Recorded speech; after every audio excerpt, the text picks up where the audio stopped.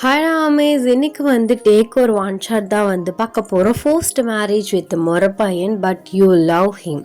So I hope உங்களுக்கு இந்த one shot பிடிக்கும்னு நான் நினைக்கிறேன். அண்ட் நம்ம வாட்ஸ்அப் சேனலோட லிங்க், இன்ஸ்டா ஐடியோட லிங்க், விளாக் சேனலோட லிங்க் டிஸ்கிரிப்ஷன் அண்ட் பயோவில் இருக்குது. ஸோ வேணுங்கிறவங்க ஃபாலோ பண்ணி ஜாயின் பண்ணிக்கோங்க.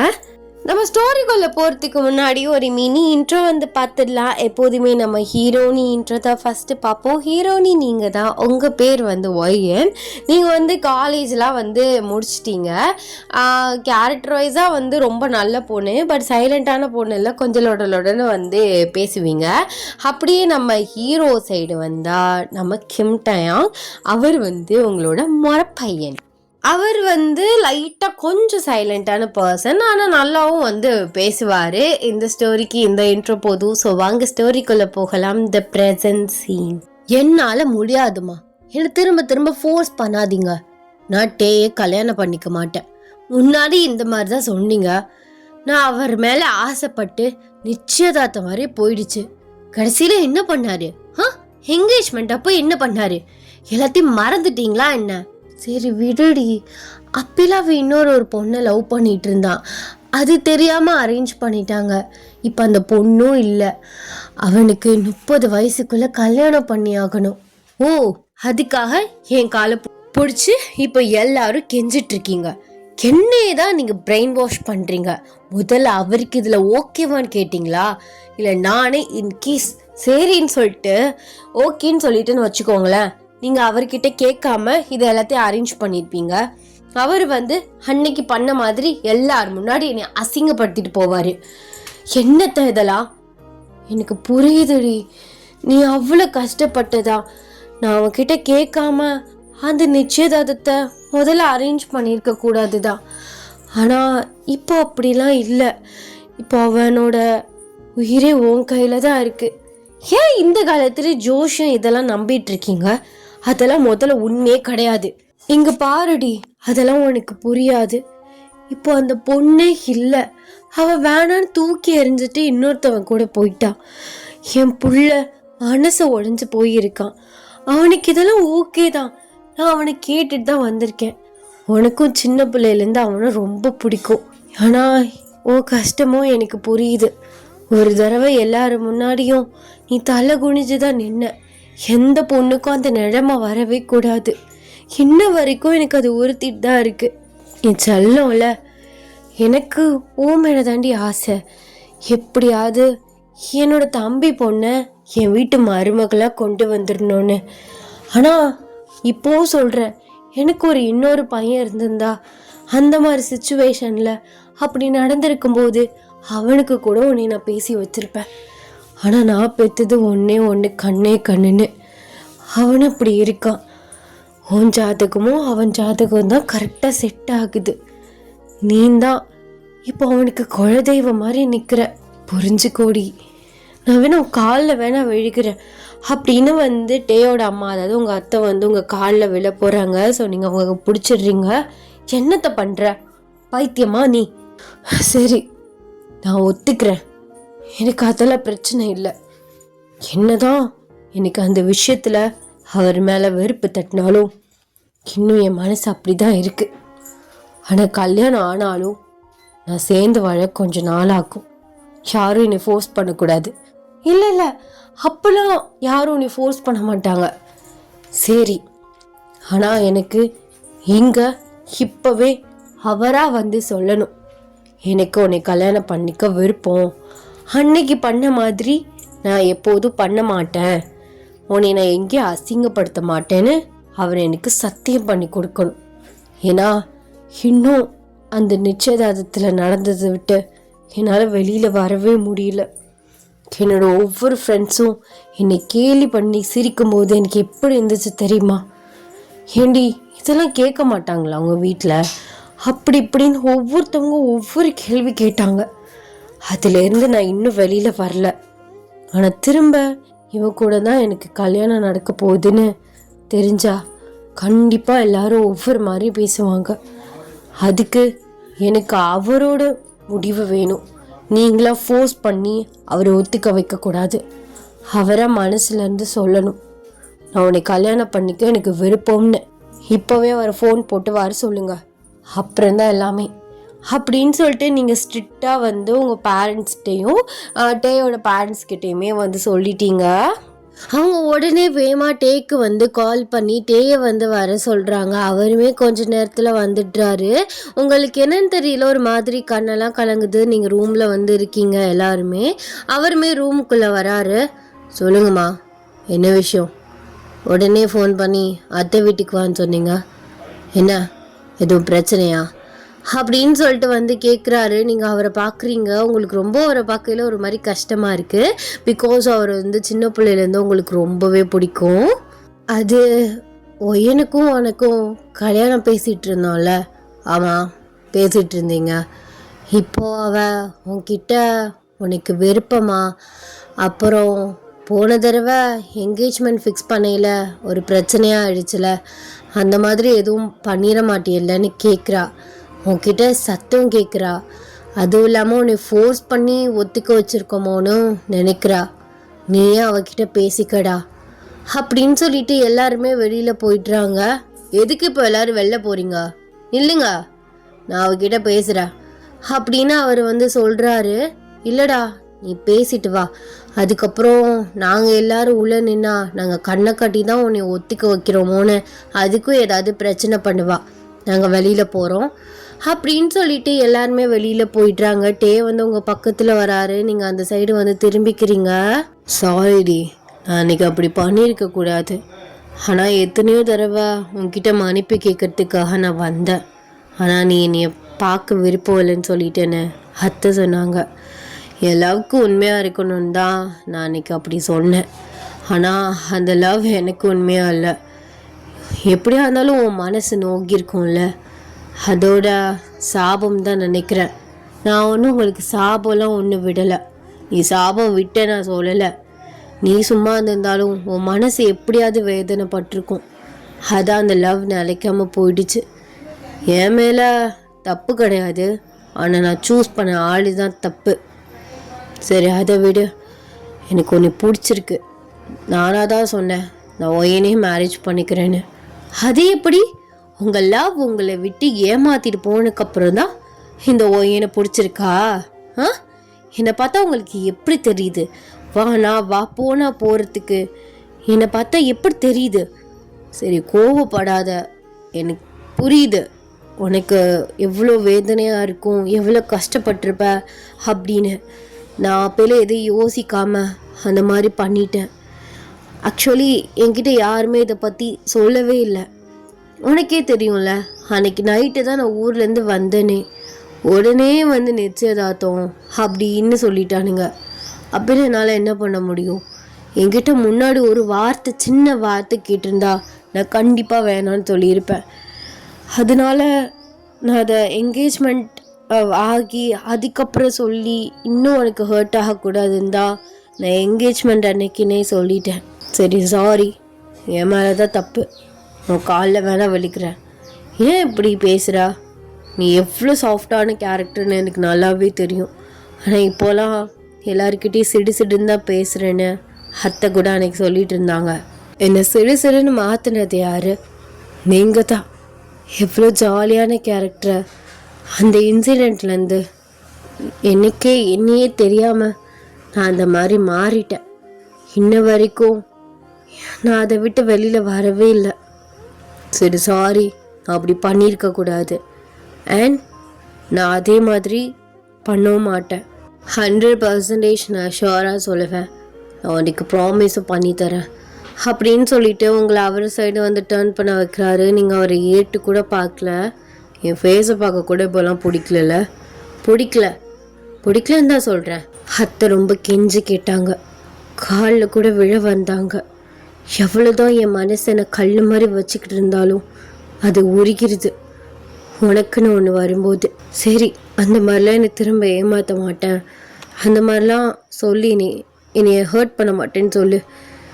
அப்போ தான் நான் கல்யாணத்துக்கு ஒத்துக்குவேன், என்னை மேரேஜ் பண்ணிக்குவேன், 100% பண்ணிக்குவேன்னு சொல்லு.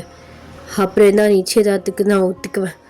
திரும்ப அவள் வந்துட்டா, அவள் தப்பெல்லாம் உணர்ந்துட்டா அப்படின்னு அவள் சைடு போயிட்டேன்னா நான் என்ன பண்ணுறது? வர திரும்ப நான் எல்லாரும் முன்னாடி அசிங்கப்பட்டு நிற்கணும். இல்லடி, உன் மேலே சத்தியமா? ஆஹா, எங்கள் அம்மா மேலே சத்தியமா திரும்ப நான் உன்னை அந்த மாதிரி ஏமாற்ற மாட்டேன். நான் உன்னை தான் மேரேஜ் பண்ணிக்குவேன். இதை 100% இல்லை, 200% ஷோர். நான் ப்ராமிஸும் உனக்கு பண்ணுறேன். அப்படி நான் ஏதாவது திரும்ப பண்ணேன்னு உனக்கு தோணுச்சுன்னா, இல்லை நான் பண்ணிட்டேன்னா, நீ போலீஸ் கம்ப்ளைண்ட் கொடு. ஓ, அப்போ பண்ண மாட்டேன்னு 100% இல்லை, சும்மா வாய் வார்த்தைக்கு 200%ன்னு சொல்கிறேன். பண்ணிட்டேன்னா போலீஸ் கம்ப்ளைண்ட் கொடு, அப்போ பண்ணுவேன். ஐயோ, அப்படி சொல்லலை. நான் உன்னோட எப்படி சொல்கிறது, உனக்கு புரிகிற மாதிரி சொன்னேன். நீ புரிகிற மாதிரி ஒன்றும் சொல்ல வேண்டாம் ப்ளீஸ் டி. அது சத்தியமாக நான் முடியாது. திரும்ப பஸ்லேருந்து ஆரம்பிக்காத. சரி விடு, நான் அப்படிலாம் பண்ண மாட்டேன். அப்படி பண்ண மாட்டேன், சரியா? போட்டானா? சரி போ, எல்லாருக்கிட்டையும் வெளியில் சொல்லிட்டு போ அவள் ஒத்துக்கிட்டான்னு. ஆனால் இதுவும் ஒரு வகையான ஃபோர்ஸிங் தான். என்ன பண்ணுறது, உயிருக்கு ஆபத்துன்னு வேற சொல்கிறாங்க. என்னால் அந்த மாதிரி உன்னைய ஒரு நிலைமையில பார்க்க முடியாது. அதான். அப்போ மேடம் வாழ்க்கை பிச்சை போடுறீங்கன்னு சொல்கிறீங்க, அப்படி தானே? ஆமாம், அப்படி தான் வச்சுக்கோ, போடா அப்படின்னு சொல்கிறீங்க. அவர் உங்களை ஷாக்கடாக பார்க்குறாரு. டாவா? மீ என்ன டாங்கிற? ஏய், ஒன்று 4-5 வயசு பெரிய வேண்டி நான் இருந்துட்டு போ. என்னதான் இருந்தாலும் கேம் உரப்பாயும் தானே. கூப்பிடுறது எப்படி வேணால் கூப்பிடுறது என் இஷ்டம். மாமன்னு கூப்பிடுறது என் இஷ்டம், மச்சான்னு கூப்பிடுறது என் இஷ்டம், டேன்னு கூப்பிடுறதும் சாரி டேயாங்கன்னு கூப்பிடுறதும் என் இஷ்டம். ஓ, அந்தளவுக்கு ஆயிடுச்சா? சரி நீ ஆடு, கல்யாணத்துக்கு அப்புறம் வச்சுக்கிறேன் அப்படின்னு சொல்லிட்டு அவர் வெளியில் போய்ட்றாரு. உங்களுக்கு இவ்வளோ நேரம் பேசின கான்வர்சேஷன் ரொம்ப சந்தோஷமாக இருந்தாலும் அவர் போனதுக்கப்புறம் சேடாயிடுறீங்க. எனக்கு என்னவோ திரும்ப எதுவும் தப்பு நடந்துருமோன்னு தோணுது. ஆனால் அது கடவுள் தான் பாதுகாக்கணும். அந்த மாதிரி தப்பு நடந்துடவே கூடாது. எனக்கு இப்போ வர கல்யாணம் பண்ண விருப்பமே இல்லை. அவனையும் நினச்சிட்டு இருந்துடலான் தான் இருந்தேன். ஆனால் அவனுக்கு ஒரு ஆபத்துன்னு வரும்போது கண்டிப்பாக அவனை காப்பாற்றுறது தான் என் மைண்டில் ஓடிட்டுருக்கு. அதுக்காகவே நான் கல்யாணம் பண்ணிக்குவேன்.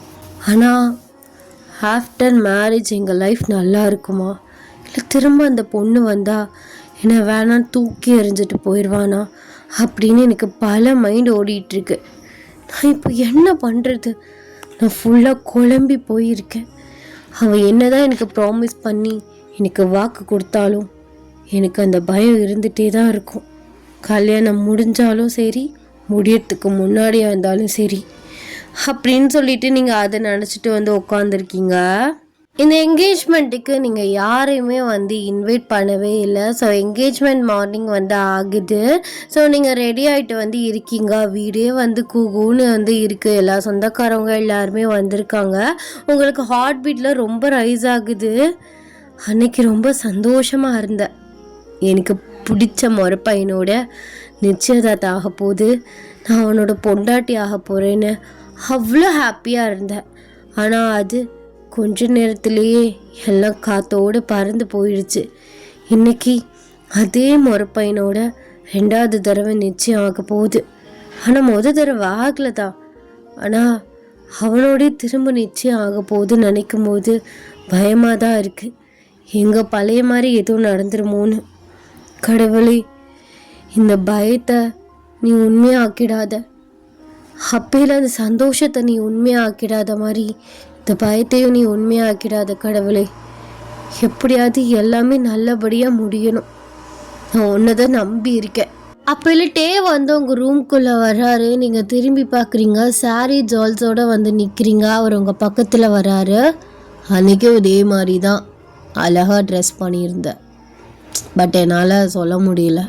ஆனால் இப்போ சொல்கிறேன், அன்றைக்கும் அழகாக தான் இருந்தேன். ஆனால் என்ன அழுக வச்சுட்டேன்ல.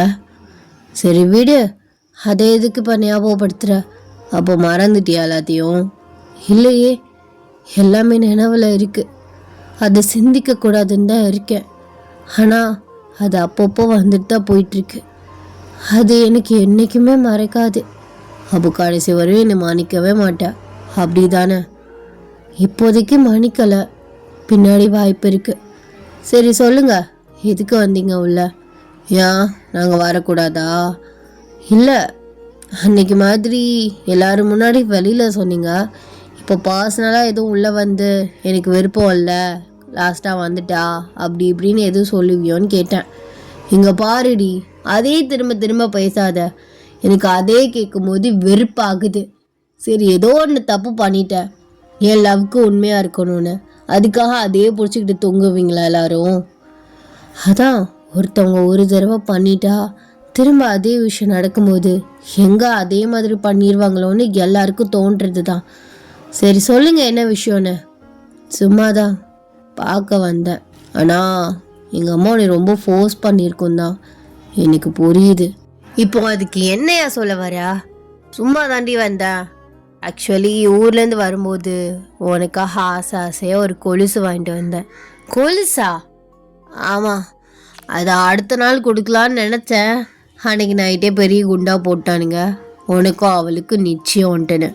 அதுக்கப்புறம் பிரச்சனையாயிடுச்சு. அப்புறம் 1 month நீ என்கிட்ட பேசவே இல்லை. அதுக்கப்புறம் அப்படியே போயிடுச்சு. ஃபேமிலி ஃபங்க்ஷனில் பார்த்தாலும் மூஞ்சி திருப்பிட்டு போயிடுவேன். சில ஃபங்க்ஷனுக்கு நீ வரவே மாட்டேன், வீட்டுக்கு வந்தால் வெளியிலே வரமாட்டேன். இப்படியே 6 months ஓடிடுச்சு. அதனால நான் கொடுக்கவே முடியல. அதை வச்சு பார்த்துக்கிட்டே இருந்தேன். ஆனால் எனக்கு அதை திரும்ப ரிட்டர்ன் பண்ணவும் மனசு வரல, வேறு ஆள்கிட்ட கொடுக்கவும் எனக்கு தோணலை. ஏன்னா அது உனக்குன்னு நான் ஆசையாக வாங்கினது. அதுக்காக அதை அப்படியே வச்சுருந்தேன். அதுக்கான நேரம் இப்போ தான் வந்திருக்கு, அது கொடுத்துட்டு போகலான்னு வந்தேன் அப்படின்னு சொல்லிட்டு அந்த கொலுசு டப்பாவை நீட்டுறாரு. நீங்கள் திறந்து பார்க்குறீங்க, அது அவ்வளோ அழகாக வந்து இருக்குது. பரவாயில்ல, இன்னும் ஞாபகம் வச்சுருக்கீங்களே சார். எனக்கு கொலுசுனா ரொம்ப பிடிக்கும்னு, அது எப்படி மறப்பேன்? சின்ன பிள்ளையில அடிக்கடி வாங்கி கொடுத்துருக்கேன். அதுவும் இல்லாமல் உனக்கு இன்னொரு ஞாபகம் இருக்கா? ஆக்சுவலாக உன்னோட ஃபர்ஸ்ட் கிஸும் நான் தான், என்னோடய ஃபர்ஸ்ட் கிஸும் நீ தான் அப்படின்னு சொல்கிறாரு. நீங்கள் சடனாக அந்த சைடு திரும்பிக்கிறீங்க. உங்களுக்கு ஒரு மாதிரி ப்ளஷ் ஆகுது. இப்போ எதுக்கு பாஸ்ட் எல்லாம் ஞாபகப்படுத்திட்டு இருக்க?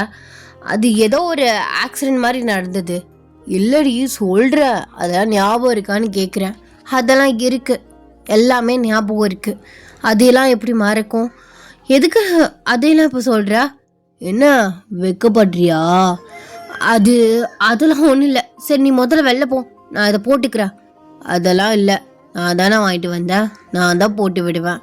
இல்லை, அதெல்லாம் ஒன்றும் வேணாம், நானே போட்டுக்கிறேன், நீ போ.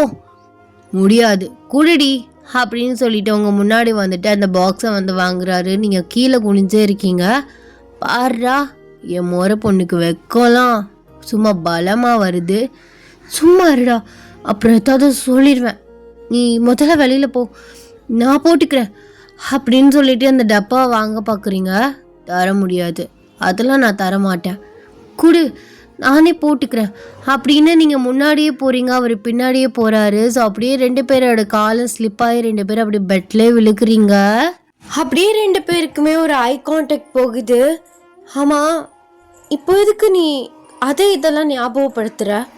நான் ஞாபகம்லாம் ஒன்றும் படுத்தலை, சும்மா சொல்லி பார்த்தேன். உனக்கு ஞாபகம் இருக்கான்னு கேட்க வந்தேன். ஆனால் மேடம் அதையெல்லாம் பக்காவாக ஞாபகம் வச்சுருக்கீங்க. பட் ஃபர்ஸ்ட் கேஸ் 2 பேருக்கு எப்படி பண்ணுறதுன்னே தெரியாது. பட் நாளாக தான் இருந்துச்சு.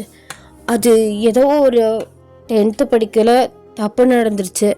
அதை எதுக்கு சொல்கிற? 10th படிக்கலே மேடம் அந்த மாதிரி பண்ணியிருக்கேன். ஆனால் நான் வெளியில் சொல்லலை. சரி, என் அத்தை பொண்ணு தானே பாவன்னு விட்டுட்டேன். இதே நான் பண்ணியிருந்தா ஊரே பேனர் அடிச்சிருப்பால. அது வந்து சரி விடு, கொலுசு டப்பா கொடுத்துட்டு வெளியில் போ. முடியாது, நான் ஏன் போகணும் அப்படின்னு சொல்லிட்டு 2 பேரும் பெட்டில் படுத்துக்கிட்டே வந்து இவ்வளோத்தையும் பேசிகிட்டு இருக்கீங்க. ஐயோ, யாராவது வந்துட்டா என்ன பண்ணுறது அப்படின்னு நீங்கள் எந்திரிக்க போகிறீங்க. நீங்கள் போட்டிருக்க ஜுவல்ஸ் வந்து அவரோட ஷர்ட்டில் வந்து மாட்டிக்கிச்சு. ஐய, இது வேறு மாட்டிக்கிச்சே, எங்கள் அம்மா இன்னும் கொஞ்சம் நேரத்தில் வந்தாலும் வந்துடும் அப்படின்னு சொல்லிட்டு நீங்கள் எடுக்க முடியாமல் எடுத்துட்ருக்கீங்க. பார்த்துடி, பொறுமை எடு, கோல்டு ஜுவல் வேற, உடச்சி இல்லை முறிச்சிட்டேன்னு வச்சுக்கோவேன், உங்கள் அம்மா உன்னை வெளுன்னு வெளுத்துரும். சரி விடு, ட்ரை பண்ணு, ஏதாவது சும்மா படுத்து பார்த்து பேசிகிட்டு இருக்க அப்படின்னு சொல்லிட்டு நீங்கள் அவர்கிட்ட வந்து கேட்குறீங்க. அவர் உங்களே பார்த்துட்டு இருக்காரு. நீங்கள் பொறுமையாக வந்து எடுக்கிறீங்க. சடனாக உங்கள் அம்மா வந்து ரூம் டோரை வந்து ஓப்பன் பண்ணிட்டுறாங்க. உங்கள் அம்மா அப்பல என்னடி பண்ணிட்டு இருக்க நீ? அது அம்மா கொஞ்சம் இங்கே வாவே, என்னோட ஜுவல்லு மாமாவோட ஷர்ட்டில் மாட்டிக்கிச்சு அப்படின்னு நீங்கள் சொல்கிறீங்க. அவர் உங்களை வந்து அவர் அப்படியே ஆச்சரியமாக பார்க்குறாரு. மாமாவா பாரா அப்படின்னு வந்து சைலண்ட்டாக சொல்கிறாரு. நீங்கள் அவரை பார்த்து முறைக்கிறீங்க. எப்படி இப்படி போய் மாட்டிக்கிட்டீங்க? அது கால் ஸ்லிப்பாகி 2 பேரும் விழுந்துட்டோம். மாமா கொலுசு வாங்கிட்டு வந்துச்சுன்னு கொடுக்க வந்தது, அப்போலேருந்து நடந்துருச்சு அப்படின்னு நீங்கள் சொல்கிறீங்க. உங்கள் அம்மா வந்து எடுத்து விடுறாங்க.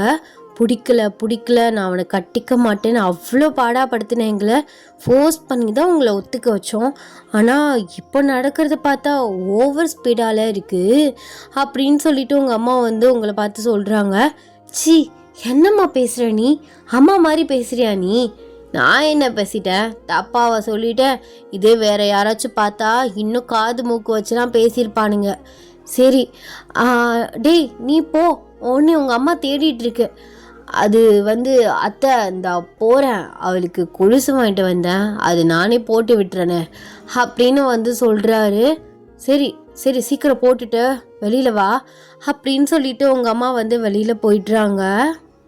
டே வந்து கீழே உட்காந்து உங்கள் காலை எடுத்து அவர் கால் மேலே வச்சு உங்களுக்கு வந்து கொலுசு வந்து போட்டு விடுறாரு. அப்பையில நீங்கள் அவர் அப்படியே வந்து உங்கள் ஒரு டீனேஜ் பையன் மாதிரி வந்து பார்க்குறீங்க. ஸோ உங்களுக்கு அப்படியே அவர் வந்து கண்ணு முன்னாடி வந்துட்டு போகிறாரு. அப்படியே அந்த டீனேஜ் பையன் மாதிரியே இருக்கு. அப்படியா? எப்போ ஒரு தடவை ஃபர்ஸ்ட் டைம் உனக்கு கொலுசு வாங்கிட்டு வந்தனே அந்த டீனேஜ் பையனை சொல்கிறியா? ஆமாம், அந்த ஃபஸ்ட்டு உள்ள பையனை எனக்கு ரொம்ப பிடிக்கும். என்கிட்ட ரொம்ப ஆசையாக பேசி அந்த ஆசையாக பேசி தான் என் மனசுலேயே ஆசையை வளர்த்த. ஆமாடி, நீ அத்தை பொண்ணு, அப்போ பாதி பொண்ணடி தானே. அந்த உரிமையில தான் எல்லாமே பேசின வச்சேன்.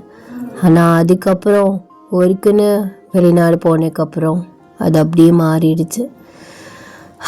ஒரு கேடு கட்டவளை பார்த்து லவ் பண்ணி தொலைச்சிட்டேன். என்ன பண்ணுறது? சரி விடு, நல்லா இருக்கா? நல்லா இருக்குடி உனக்கு அப்படின்னு சொல்லிட்டு அவர் வந்து உங்கள் காலை பார்த்து சொல்கிறாரு. நீங்களுமே குனிஞ்சு பார்க்குறீங்க. உங்கள் காலுக்கு வந்து அந்த கொலுசு வந்து ரொம்ப அழகாக இருக்குது, ரொம்ப அழகாக இருக்குது. சரிப்போ, அத்தை கூப்பிட்டாங்கல்ல. அது இருக்கட்டும். அது என்ன, என் அத்தை வர்றதுக்கு முன்னாடி மட்டும் மாமான்னு கூப்பிட்ட, இப்போ என்ன போங்கிற? ஒழுங்கு மரியாதையா மாமான்னு எப்போதும் கூப்பிடு, சரியா? புருஷனுக்கு மரியாதை முக்கியம். உனக்கு என்னடா மரியாதை?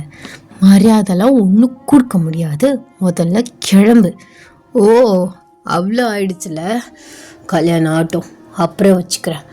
ஏன் இப்போயே வச்சுக்க வேண்டியதானே? அவ்வளோ கோவம் இருக்குங்க. என்ன கல்யாணம் ஆகிட்டு கொடுமைப்படுத்துவியா? படுத்துறேன்டி, கொடுமை தானே, கண்டிப்பாக படுத்துவேன் அப்படின்னு சொல்லிட்டு அவர் வெளியில் போய்ட்றாரு. நீங்கள் சிரிக்கிறீங்க. உங்களே மறந்து நீங்கள் ரொம்ப நாள் கழிச்சு ஒரு மாதிரி சந்தோஷமாக சிரிக்கிறீங்க. கொஞ்ச நேரத்திலேயே எல்லாருமே வந்துட்டுறாங்க. ஸோ அவங்க 2 பேருக்குமே வந்து நிச்சயம் ஆகுது. நீங்கள் உயிரை அப்படியே கையில் பிடிச்சிட்டு வந்து உட்காந்துருக்கீங்க. டே வந்து உங்கள் கையை பிடிக்கிறாரு.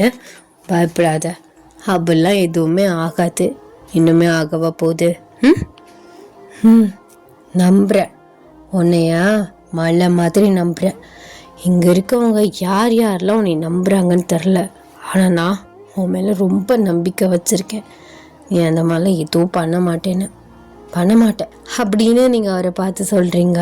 இப்படியே வந்து டே வந்து போகுது. ஸோ 1 மந்த்லேயே உங்களுக்கு மேரேஜுமே வந்து அரேஞ்ச் பண்ணுறாங்க. ஸோ நீங்கள் கரெக்டாக வந்து மேரேஜுக்கு முந்தின நாள் நலுங்கு முடிஞ்சுட்டு ஸோ டெரஸில் வந்து உட்காந்துருக்கீங்க. டே வந்து வராரு. ஸோ நீங்கள் அவரை பார்க்குறீங்க. என்ன தூங்கலையா நீ தூங்கலையா? நீ இங்கே என்ன பண்ணிகிட்ருக்க? அதுவா, தூக்கம் வரல. ஏன் தூக்கம் வரல? நாளைக்கு நமக்கு கல்யாணம்டி, அந்த சந்தோஷத்தில் கூட உனக்கு தூக்கம் வரல. சந்தோஷந்தான், இருந்தாலும் ஒரு பயம் இருக்கும்ல, அது தூங்க வரலன்னு நினைக்கிறேன். அப்படிலாம் ஒன்றும் நடக்காது, போய் தூங்கு. அப்போ தான் நாளைக்கு மார்னிங் ரொம்ப நல்லா ஃப்ரெஷ்ஷாக இருப்பேன். தூங்குறேன், நீயும் போ. ஆமாம், நான் இங்கே இருக்கேன்னு உனக்கு யார் சொன்னா? சும்மா நானும் வந்தேன், நின்ன, அதோட சரின்னு சொல்லிட்டு வந்தேன். அப்படின்னு சொல்லிட்டு லைட்டாக உங்களை ஸ்லோவாக பேக் ஹக் பண்ணுறாரு. உங்களுக்கு ஒரு மாதிரி சில்லுன்னு ஃபீல் ஆகுது. என்ன என்ன பண்ணுறீங்க? யாராவது பார்த்துட்டு போகிறாங்க, முதல்ல கையெடு. பார்த்தா பார்த்துட்டு போட்டோம், நான் நாளைக்கு எனக்கு பொண்டாட்டி ஆகுறவளை தானே கட்டி பிடிக்கிறேன். ஞாபகம் இருக்கா? இதே மாதிரி தான் நீ 10th படிக்கும்போது நம்ம வீட்டில் கல்யாணம் நடந்துச்சு. அப்போல இதே மாதிரி நீ டெரஸில் நின்னேன், நானும் வந்தேன். அப்படியே நான் காலேஜ் படிச்சுட்டு இருந்தேன். அப்போது நீ கிஸ் பண்ண, ஞாபகம் இருக்கா? இப்போ இதுக்கு நீ அதை ஞாபகப்படுத்துகிற மர எத்தனை தடவை சொன்னாலும் கேட்க மாட்டியா? ஏண்டி அது பிடிக்கலையா? என்ன பிடிக்கலையா? இல்லை வெக்கப்படுறதுனால எனக்கு தெரியக்கூடாதுன்னு இப்படி திட்டுறியா? அது ஒரு மாதிரி அசிங்கமாக இருக்குல்ல, சொல்லி சொல்லி காமிச்சிட்ருக்க. சரி விடு. அப்போவே மேடம் எந்த அளவுக்கு கில்லாடியா, கொஞ்சம் கூட பயம் இல்லாமல் என்னை பிடிச்சி நீ கிஸ் பண்ணியிருப்பா. அதுக்கு இப்போ என்னம்மா பண்ண போகிற? அதுக்கான ரிவெஞ்ச் தான் நான் இப்போ எடுக்க போகிறேன். ஹே சும்மாரு, சொன்ன கேரு அப்படின்னு சொல்லிட்டு நீங்கள் தள்ளி போக பார்க்குறீங்க. அவர் அப்படியே வந்து உங்களை வந்து டைட்டாக பிடிச்சிட்டு அவர் சைடு வந்து திருப்புறாரு. இங்கே பாருடி, ஆக்சுவலாக ஃபஸ்ட் கிஸ் நம்ம 2 பேருக்குள்ளே நடந்துருச்சு, அது வேறு விஷயம். பட் கல்யாணத்துக்கு முன்னாடி இந்த மாதிரி கிளைமேட்டில் பண்ணோம்னா சூப்பராக இருக்கும். செருப்பு பிஞ்சு போயிடும். தள்ளி போடா. தள்ளிலாம் போக முடியாது. பத்தியா திட்டுற? சரி சரி போ, ரொம்ப தான் பண்ணுற அப்படின்னு சொல்லிட்டு தள்ளி போகிறாரு. நீங்கள் அவரை பிடிச்சிக்கிறீங்க. இப்போது என்ன உனக்கு வேணும்? எனக்கு முட்டை வேணும். ஆனால் நான் தான் கொடுப்பேன். ஏன்னா ஃபஸ்ட் டைம் நீ கொடுத்த, இப்போ நான் கொடுப்பேன்.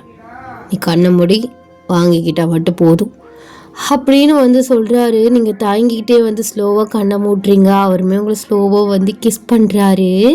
ஸோ 2 பேருமே தன்னையே மறந்து வந்து கிஸ் பண்ணிகிட்ருக்கீங்க. சடனாக டேயோட ஃபோன் வந்து ரிங் ஆகுது. சனியும் பிடிச்சவனுங்க, எனக்குனே வருவானுங்களே அப்படின்னு சொல்லிட்டு கிஸ்ஸை வந்து பிரேக் பண்ணிவிட்டு அட்டன் பண்ணி வந்து தூரமாக நின்று பேசிகிட்ருக்காரு.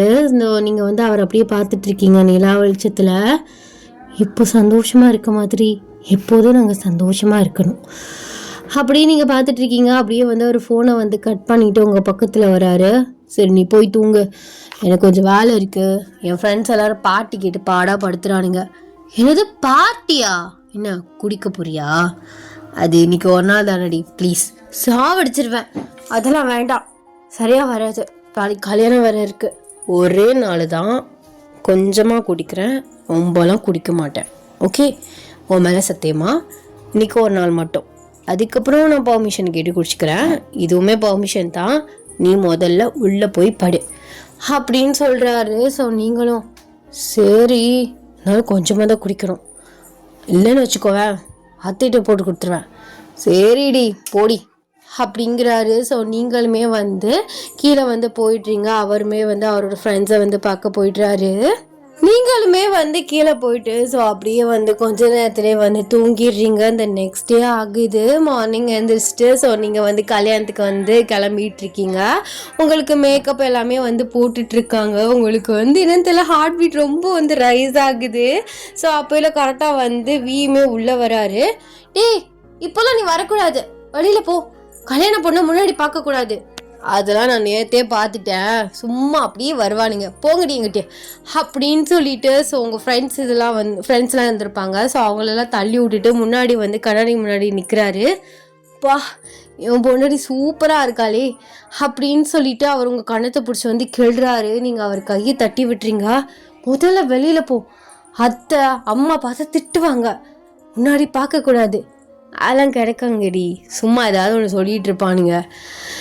எனக்கு எக்ஸைட்மெண்ட் தாங்க முடியல, நீ எப்படி இருக்குன்னு பார்த்தே ஆகணுன்னு.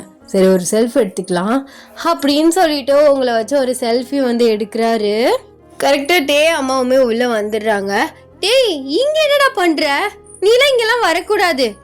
ஏன் இந்த இடத்துக்கு என்ன? ஐயோ கல்யாணம் பொண்ணெல்லாம் பார்க்கக்கூடாது, முதல்ல வெளியில் போடா. அதான் பார்த்துட்டேனே. சரி போ, யார் பேச்சு கேட்காத அப்படின்னு சொல்லிட்டு டேயம்மா தரன்னு டேயை பிடிச்சி வெளியில் தள்ளி விட்டுறாங்க. நீங்கள் எல்லாருமே வந்து சிரிக்கிறீங்க. ஐயோ என் மருமக இவ்வளோ அழகா இருக்கா, என் சொல்லும், ஏன் தம்பி பொண்ணாச்சே, அழகுல என்ன குறையா என்ன அப்படின்ட்டு வந்து சொல்கிறாங்க. ஸோ அப்படி உங்கள் அம்மா உங்கள் தம்பி ஒன்றும் அவ்வளோ அழகுலாம் இல்லை அது என்னோட அழகு, ஏன் பொண்ணுல அப்படின்னு சொல்லிட்டு மாறி மாறி வந்து அழகு சண்டை போட்டுட்டு இருக்காங்க. நீங்கள் எல்லாருமே அதை கேட்டு சிரிச்சிட்டு இருக்கீங்க. அத்தை எதுவும் அவசரமாக நடந்துடாதுல, நீ முதல்ல உன் வாயை கழுவிடி ஃபெனாயிலை ஊற்றி. அதெல்லாம் எதுவும் நடக்காது. என் பிள்ளைய பற்றியில எவ்வளோ சந்தோஷமாக இருக்கான்னு எனக்கு அவரை நினச்சி பயம் இல்லை, எங்கே அந்த பொண்ணுன்னு வந்துருமோன்னு பயமாக இருக்குது. வந்ததுக்கப்புறம் சனியும் பிடிச்சவன் மாறிட்டானா என்ன பண்ணுறது? என்னடி என் பிள்ளைய இப்படி காலங்காத்தால திட்டுற? உனக்கு கட்டிக்க போகிறவன் அப்பெல்லாம் திட்டலாமா? சரி விடுங்க, அதுக்கு முன்னாடி என்னென்னமோ சொல்லி திட்டிட்டு இருந்தேன். இருந்தாலும் எனக்கு பயமாக இருக்கத்த. அந்த மாதிரிலாம் ஏதாவது நடந்துச்சு உங்களை கழுத்து நரைச்சு 2 பேரையும் கொன்றுவேன். சரி சரி விடு, அப்பெல்லாம் எதுவும் நடக்காது. கடவுளை நல்லா வேண்டிக்கோ. என் பையன் அப்பெல்லாம் எதுவும் பண்ண மாட்டான், சரியா? அதே மாதிரி அவன் கொடுத்த வாக்க கண்டிப்பாக காப்பாற்றுவான். முன்னாடி அவன்கிட்ட கேட்காம முடிவு பண்ணிட்டேன், அதனால தான் அப்படி ஆயிடுச்சு. இதே முன்னாடி கேட்டிருந்தா அவன் கண்டிப்பாக வேணான்னு சொல்லியிருப்பான்.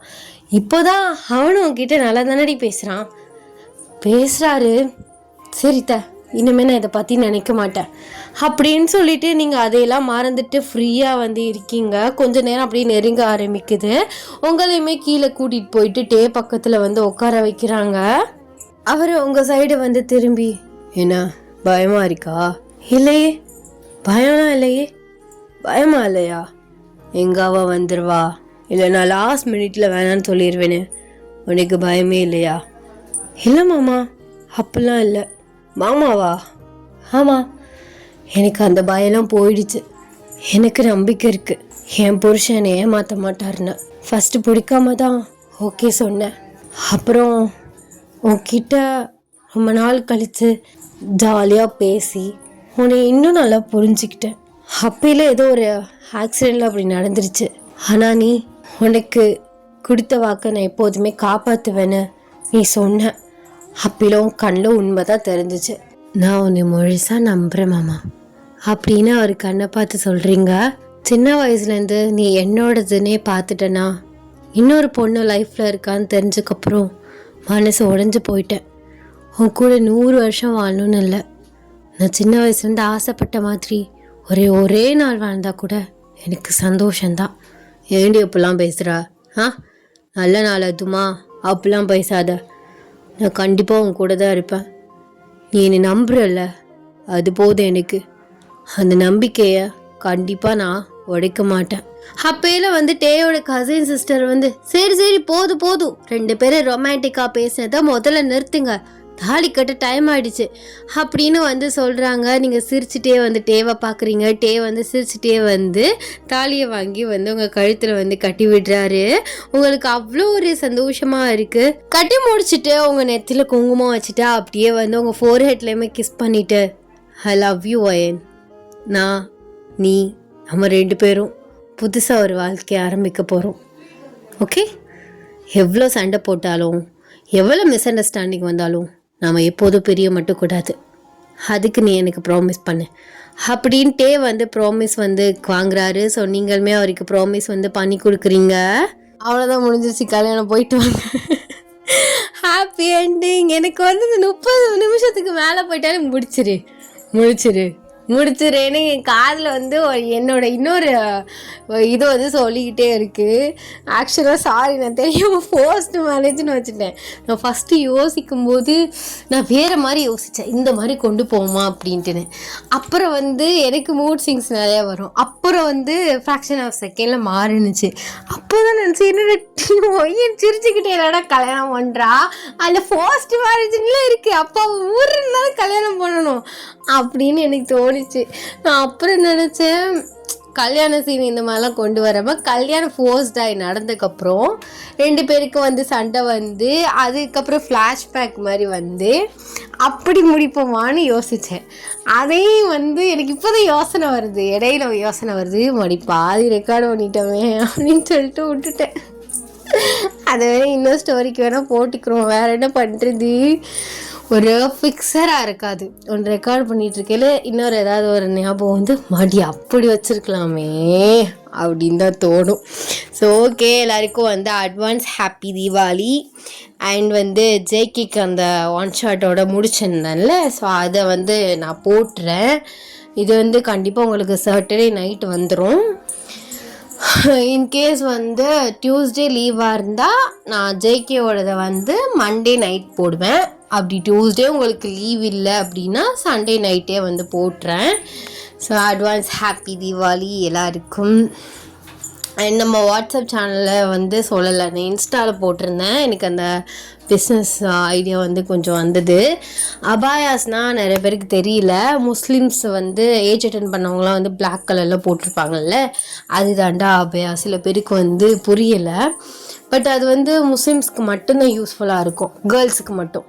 எல்லாருமே வாங்கி போட முடியாது. அப்புறம் எனக்கு இன்னொரு சைடு அது எப்படி வந்து சைஸ் இது கரெக்டாக வாங்கி எத்தனை பீஸ் வாங்குறது அப்படிங்கிற ஒரு குழப்பம் இருந்துச்சு. அது என்னென்னு பார்க்கணும். இல்லாட்டி நான் சாரியுமே வந்து ட்ரை பண்ணுறேன். ஃபஸ்ட்டு வந்து அபாயாஸ் பிக்கப் ஆகிடுச்சுன்னா நம்ம ஒவ்வொரு ப்ராடக்ட்ஸாக வந்து திங்ஸ்லாம் வந்து இது பண்ணிக்கலாம் அப்படின்ட்டு இருக்கேன். ஏன்னா ஃபஸ்ட்டே போன உடனேயுமே பெருசாக வாங்க முடியாது நிறையா.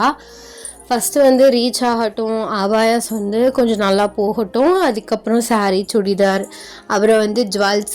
எனக்கு வந்து ஜுவல்ஸ் வந்து கரெக்டாக செலக்ட் பண்ண தெரியும். ஏன்னா நான் ஒரு ஜுவல்ஸ் பைத்தியம். ஜுவல்ஸ்னால் கோல்டு கிடையாது, கவரிங்ஸில் சொல்கிறேன். அதனால நம்ம அது வந்து பண்ணிக்கலாம் அப்படின்னு வந்து ஒரு ஐடியாவில் இருக்கேன். ஸோ கண்டிப்பாக பார்க்குறேன். பார்த்துட்டு வாட்ஸ்அப் சேனல்லையும் சரி, இன்ஸ்டாலையும் சரி நான் வந்து உங்களுக்கு ஷேர் பண்ணுறேன். அதனால் எல்லாருமே அது கரெக்டாக வேணுங்கிறவங்க ஃபாலோ பண்ணி வச்சுக்கோங்க அடுத்தடுத்து இதுக்கு. ஸோ 2026 வந்து ஸ்டார்ட் பண்ணிடுவேன். ஓகேடா, எல்லாருமே சேஃபாக இருங்க. வெடிலாம் பார்த்து வெடிங்க. நான் வெடிலாம் வெடிக்க மாட்டேன். புஸ்வானம் வைப்பேன்னு நினைக்கிறேன். அப்புறம் சங்கு சக்கரை வச்சுருக்கேன். அப்புறம் கம்பி மெத்தப்பு, இதுதான். மற்றபடி பெரிய இது சைட்லாம் போகிறதில்ல. எல்லாருமே பார்த்து சேஃபாக வெடிங்கடா. ஓகே, எப்படி இந்த ஒன் ஷாட் இருந்துச்சுன்னு மறக்காமல் கமெண்ட்ஸில் சுட்டு போங்க. எல்லாருமே சேஃபாக இருங்க. Tata, bye bye, sarangi.